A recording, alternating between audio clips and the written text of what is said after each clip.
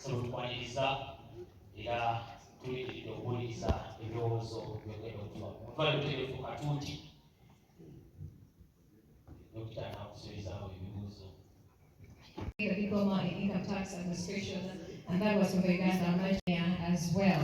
He is the presidential flag bearer for the Front for Democratic Change. Basubiri banyago twanirize General Grigor Mugisha Muntu na MNG subiri twaniriza ekifo kye naye tujja kuba batumufuna mutegeezebwa tumabirizi naye atuuse so Elton Joseph Mabirizi presidential candidate ensi yakulikiridde dda ate olina ekyafaayo ekyobudde abaali mubiri kutta mukaaga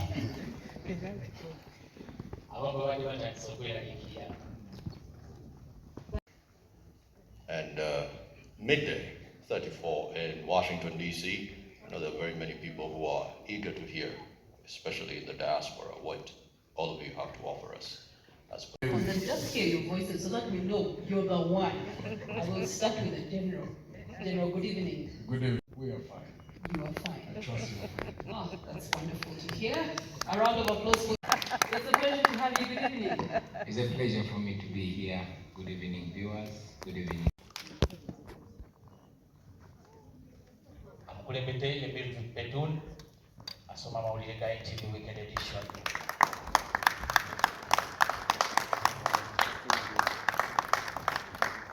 Our final contender walking in right now, Honorable Robert Chagwa Yesentamo.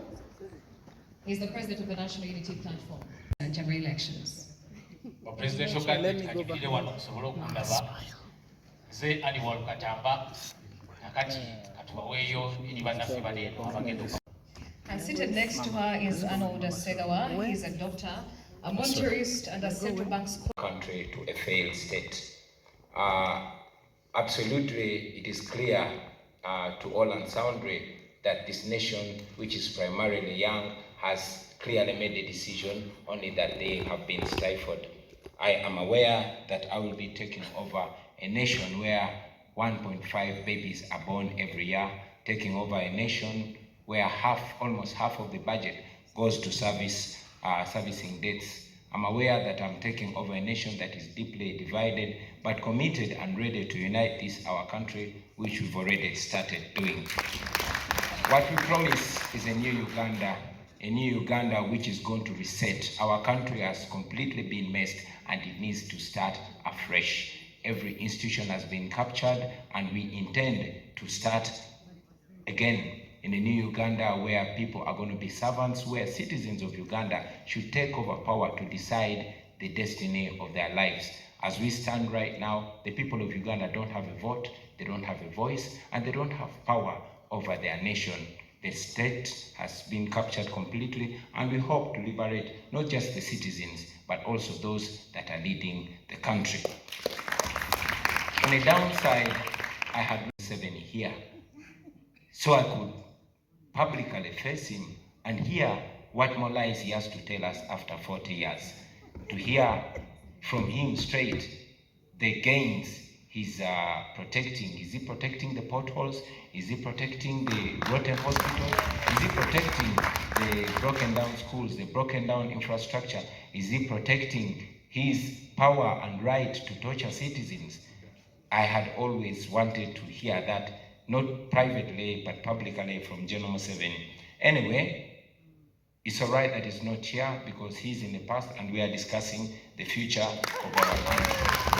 So I'm very glad and I hope to share ideas and to teach and learn from these, our colleagues. But of course, I must assert it that the people of Uganda, especially the young generation, the new generation that I largely represent, is committed to changing their country and to taking back the right to determine their destiny. I am ready and committed to lead the charge to change Uganda, so help us the Almighty God. I hold the flag for Alliance for National Transformation, whose mantra is values-driven leadership. We entered this and we reached a point where we believe that there must be something up there that causes leaders to get up there in spite of the promises that they do make. What makes them drunk to a point where they lose direction, they don't fulfill promises, they trample on citizens, and unfortunately at this point in time, we have not even had the experience where one leader hands over power to another. That's sad. Some of us had hoped that we would see the breaking out of that vicious cycle.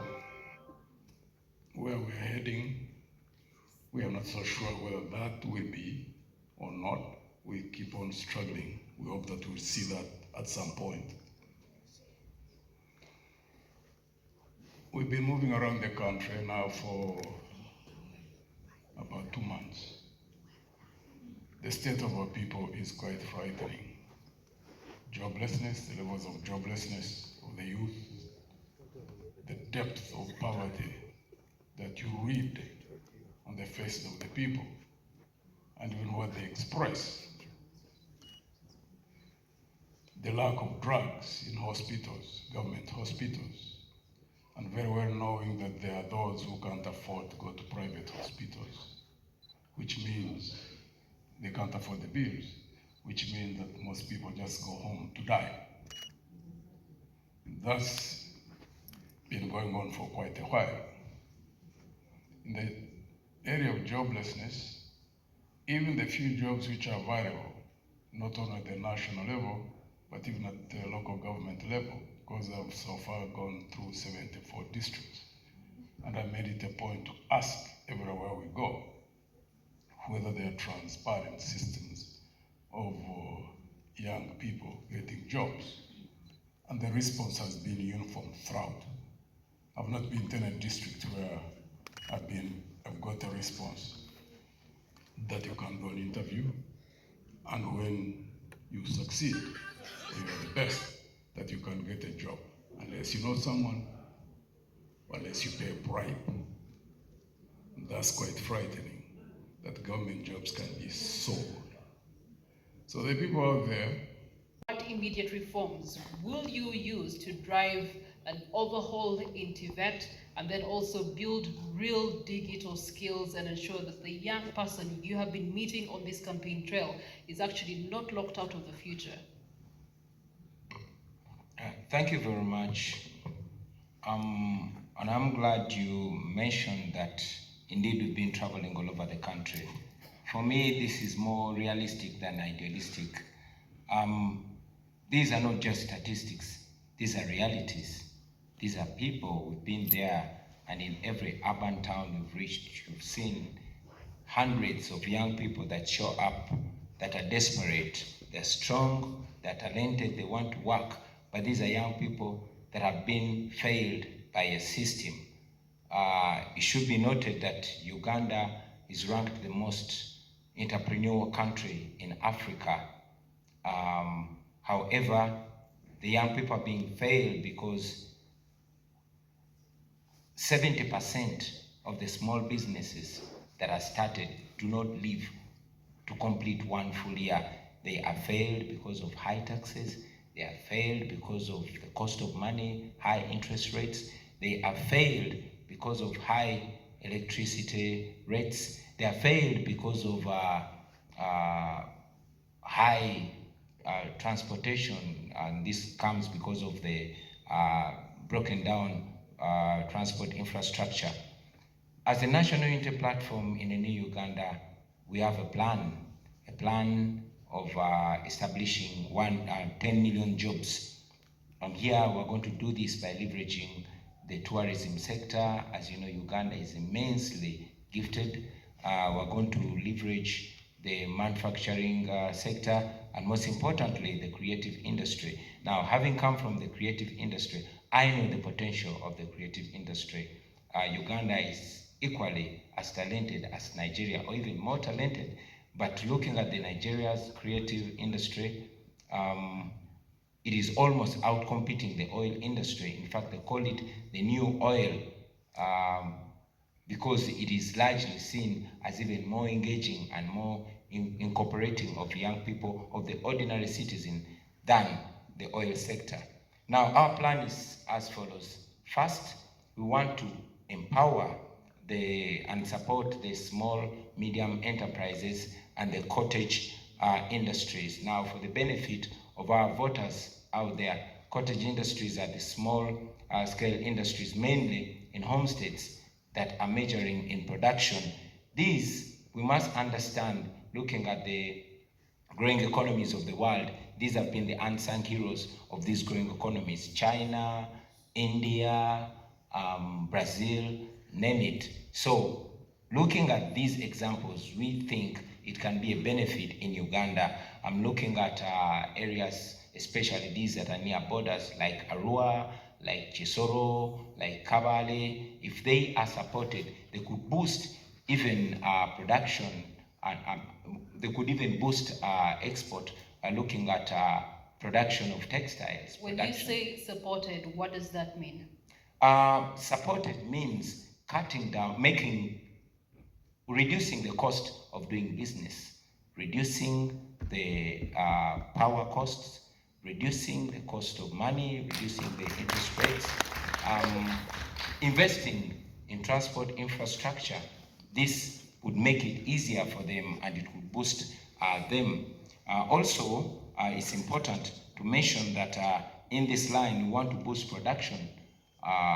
In our manifesto, we presented our school feeding program where the government is going to be feeding children at school. Now, the people that are going to be supplying these foodstuffs are going to be the ordinary citizens, and in the new Uganda, the government will work with the Parent Teachers Associations, the PTA, to ensure that they identify not only the most vulnerable, but also the most trusted and competent suppliers, the eggs, the wheat, the rice, the flour, to feed the children. This way, we're going to be able to support even the small producers, the women, and the ordinary people out there. We believe that this is not only going to boost education, but it's going to help in youth unemployment. We also intend to modernize our skills development. Your time is spent, but I'm going to allow you a minute. You have made recognition of manufacturing and tourism. These are high level in terms of strategic for any presidential candidate. Leaders Yes. have been describing it as Uganda's economic growth. However, there's one structural problem that still hinders both sectors right now, and that is unreliable power supply and high electricity costs. What's your solution? Well, the high electricity costs can be renegotiated. As government, we can go as far as renegotiating with Bujagali to ensure that the power comes down, because that is what is going to help the productivity. There's one thing, if you allow me also talk about, that's the exploitation. The current government prides in youth employment, where mainly the industries that are owned by foreigners actually exploit the citizens to an extent that young Ugandans are paid as low as 3,500 shillings a day. Now, I was in Parliament in 2019 and we passed the minimum wage bill. Unfortunately, General Museveni refused to sign it. Now, we are going to reintroduce it in a new Uganda and I will sign it. Thank you for that.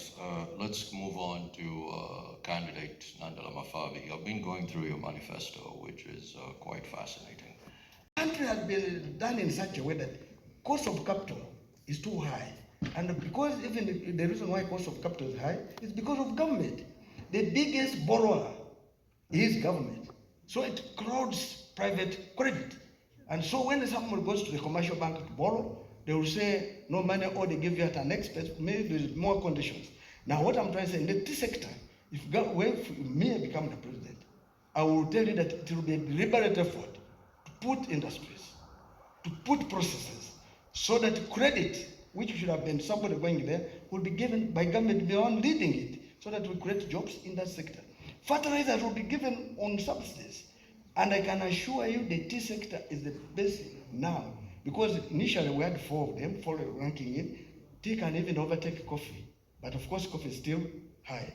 In the current situation now, it is coffee followed by tea. Now we're getting a lot of money from tea, but also the marketing process are being driven wrongly. Government should lead in this process.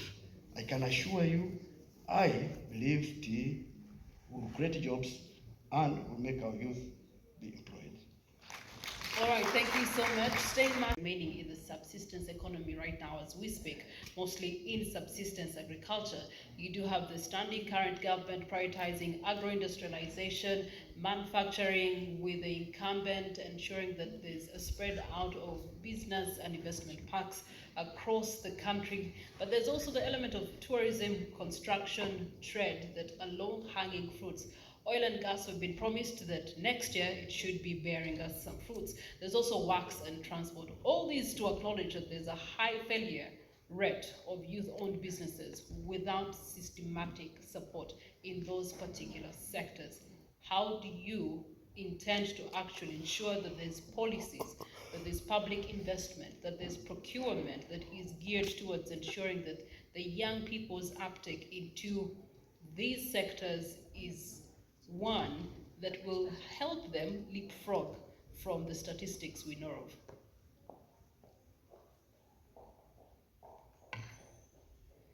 The development of any country must be reflected in the development of the people first and foremost. In Uganda, where 70% of the population is in agriculture, fisheries, and crop, as well as the dairy industry, you have to focus to lift those people from the levels at which they are. And one of the things which is absolutely sad right now, that there was a total breakdown of extension services. And also, credit is very expensive. Other than PDM, which is touted all over the place, which is only 1 million, it cannot help farmers who want to invest, one, raising money for quality seeds, buying fertilizer in areas where you find that the soils have got depleted, and then buying pesticides for spraying of crops, and also the use of machinery, either tractors or ox plows, that requires capital. And most of these peasants don't have access to capital, and our cooperative unions were literally broken down. It is very amazing that there is actually one fund. It is small, it's not big, the agricultural credit facility, which is given by Bank of Uganda through commercial banks. In the 74 districts where I've gone, I have asked in about 8. It's only in one district of Nwaya where only 2 people raised their hands who were aware of such existence of such a fund. Now you can imagine, this is an agricultural country. And there's a regime which touts PDM, which is only 1 million. And yet the fund which could have helped those who are in agriculture would go into agro-processing. People are not aware of it at all. And it's at 12% per year. Farmers cannot survive on borrowing from commercial banks or borrowing from SACCOs at 30%, 35% and above. It simply can't happen. And therefore we propose to increase agricultural credit and expand it and sensitize people, and also ensure that we either direct or work with the private sector to establish tractor hire services in areas where they still have large chunks of land. That is only in Lango, Acholi, Teso, where you find